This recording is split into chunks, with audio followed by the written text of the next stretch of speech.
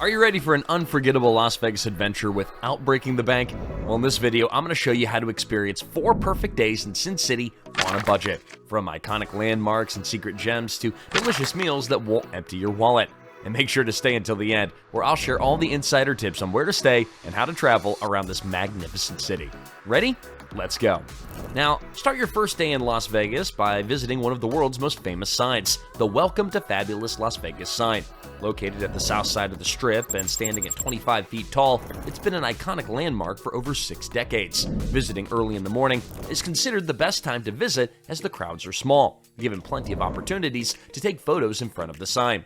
It's either accessible on foot or via a taxi. Often there is a professional photographer on site to capture that perfect photo to start the most unforgettable 4 days in Las Vegas.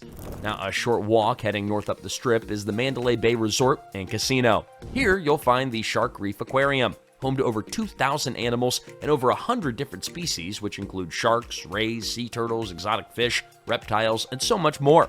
Open daily from 10 a.m., this is a great location to escape that fierce morning Vegas heat. Tickets for adults start at around $29, with children costing about $24. Now, one of the key highlights would be the Shark Tunnel. This is a 360-degree walk-through glass tunnel surrounded by sharks, fish, and other marine life. It features 15 different species of sharks, including sand tiger sharks and nurse sharks. Other exhibits here are the Jungle Temple, Touch Pool, and the Sea Turtle Habitat, which features endangered green sea turtles. For lunch, head to Earl of Sandwich, which is located in the Miracle Mile shops and serves up affordable gourmet sandwiches, wraps, and salads, with the average price costing around $10, which makes this a great budget-friendly place. For the afternoon, head across to the CityCenter Fine Art Collection, which is situated in the City Center complex. This art collection is one of the largest corporate-funded art collections in the world and features a variety of modern and contemporary pieces. Free to visit, it's home to over a dozen different pieces of artwork from renowned artists with a focus on sculptures, installations, and large-scale art pieces. Now, once you've browsed around the art collection, head toward the high roller observation wheel located in the LINQ Promenade. This iconic Ferris wheel is one of the largest in the world and provides a unique perspective of the Las Vegas Strip, and it offers incredible panoramic views of the city and the surrounding desert. Standing at 550 feet tall, it's the tallest observation wheel in all of North America. Tickets in the daytime can cost between $23 and $25 for adults, and then at nighttime it costs $35 due to higher demand. It's also advised to purchase tickets in advance to avoid the lines. A full rotation will take 30 minutes, with rides in the day offering stunning views of some of the most iconic landmarks that Las Vegas has to offer, while a ride in the nighttime showcases the dazzling lights of the Las Vegas Strip. For an evening meal on your first night in Vegas, head over to Flour Barley Pizza, serving up an Italian-style cuisine. This restaurant is located just a short walk from the observation wheel. It's known for its artisanal pizzas, pastas, and craft cocktails. Prices here are also budget-friendly, making it the perfect place to sit and look back on your first day in Vegas. So how to travel to Vegas? There are many different ways to explore the city of Las Vegas. The Deuce is a double-decker bus that runs along the Strip in downtown, operating 24/7. Now, this is the easiest and cheapest way to travel. You can pick up a 3-day pass for about $20, or if you're only requiring a 24-hour pass, it'll cost you $8. With these, you can hop on and off as you please. Now, taxis or ride shares are also available for immediate bookings and can be the most direct form of transport, taking you straight to your destination. Taxis are on a meter, and depending on the distance you travel, it can quickly turn into an expensive ride. There's also the monorail, which is also a quick and eco-friendly way to travel the east side of the Strip, with a day pass costing $13 and single ride fares costing $5. A fun way to travel around would either be on a bike or electric scooter, but these can get pricey, as scooters go for $20 an hour, whereas a bike will start at $10. Now, day 2. Start day 2 with a visit to Eggslut, yeah, that's the name, which is located in the Cosmopolitan. Here, they offer a wide variety of different breakfast sandwiches, but are mostly famous for their creative take on the gourmet egg-based sandwiches. Now, this is a great way to get fueled up for the day and then also keep your costs low because prices here are pretty budget-friendly. After that, we're going big time. We're going to the Bellagio Conservatory and Botanical Gardens. It's free to enter and located inside the Bellagio Hotel. This stunning and vibrant interior garden is known for its elaborate seasonal displays created by a team of horticulturalists and designers. The displays here change 5 times a year to reflect the seasons and major holidays, and are meticulously planned by over 100 members of staff. spend time walking around the gardens, and take some photos as you go. From here, we'll head back up to the Las Vegas Strip and past some of the most iconic hotels that the world has to offer. Feel free to explore any of the hotels along the way if they catch your eye, as they all offer something more than just being a hotel. A short walk from the Bellagio is the Venetian Las Vegas, which is known to be one of the more iconic and luxurious hotels in the city. Designed to evoke the charm and elegance of Venice, the hotel offers a mix of accommodations, world-class dining, shopping, and unique attractions, which make it an absolute must-visit while in the city. Some of the top attractions here can be gondola rides, canals, St. Mark's Square replica, and Italian-inspired architecture. Gondola rides are a little pricey, starting at $34 a person for a shared ride. Whether you decide to take a ride around the canals or not, it's still worth a visit. This is also home to Madame Tussauds, and tickets to enter start at around $30. Spend the rest of the afternoon browsing around the Grand Canal shops, which feature cobblestone walkways with street performers and musicians that are often performing at St. Mark's Square. For an evening meal, head to the Grand Lux Cafe, which is located inside the Venetian hotel complex. Here you can enjoy a budget-friendly meal that has a vast menu, covering dishes from around the world that really make sure that there's something there for everyone.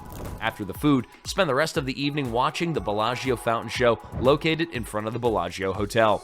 This is a mesmerizing water and light show and is not to be missed. It runs every 15 minutes from 7 p.m. up until midnight.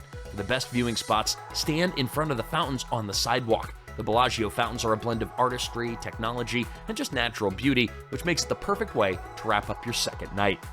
Let's talk about the airport real quick.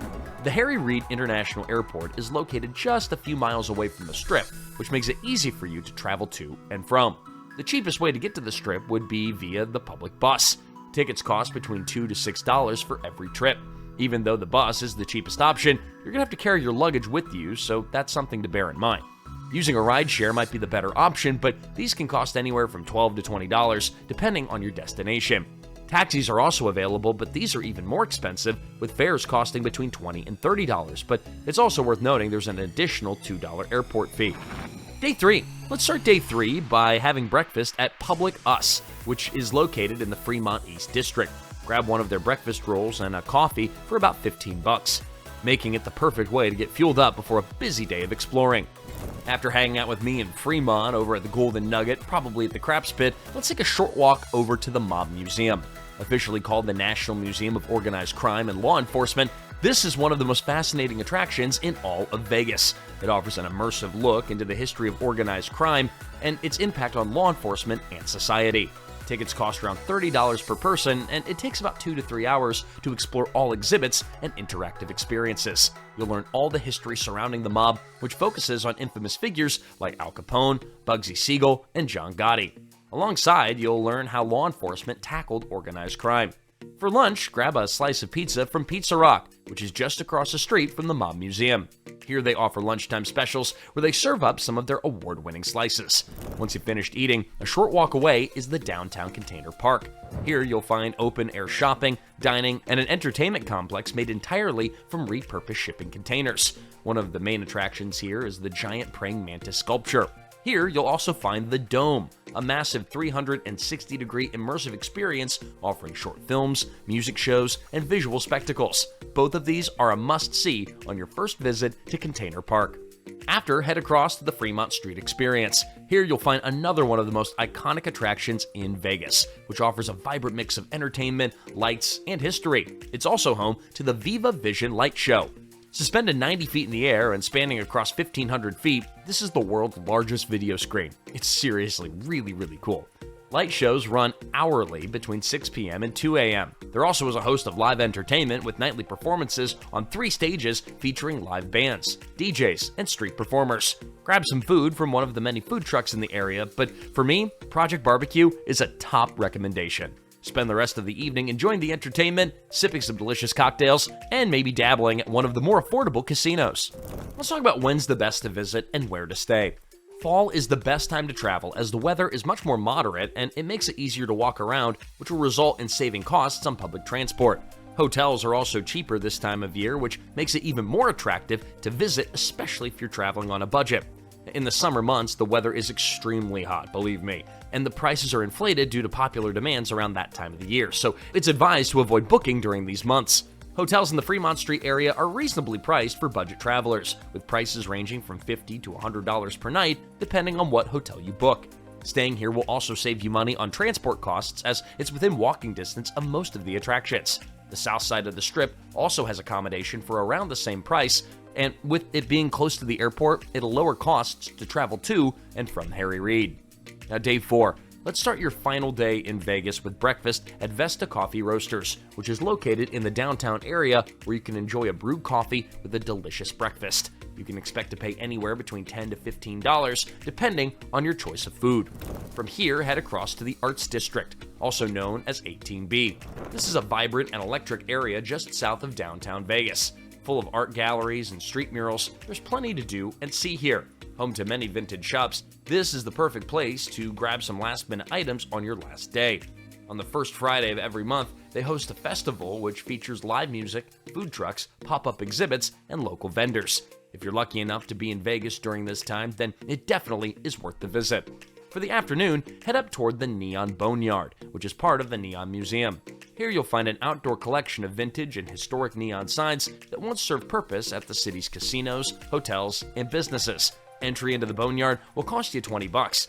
Now, this place now serves as a home to some of the most iconic signs that Las Vegas has to offer, from legendary casinos like the Stardust, Moulin Rouge, and Desert Inn. There are plenty of Instagram-worthy shots, so make sure to bring a camera. For your last evening meal in this wonderful city, you should visit either Esther's Kitchen, which specializes in Italian food and is known for fresh house-made pasta and seasonal dishes. Prices here are budget-friendly, which make it the perfect way to round off your 4-day adventure in Las Vegas. Click the video on the screen now to explore other cities around the world.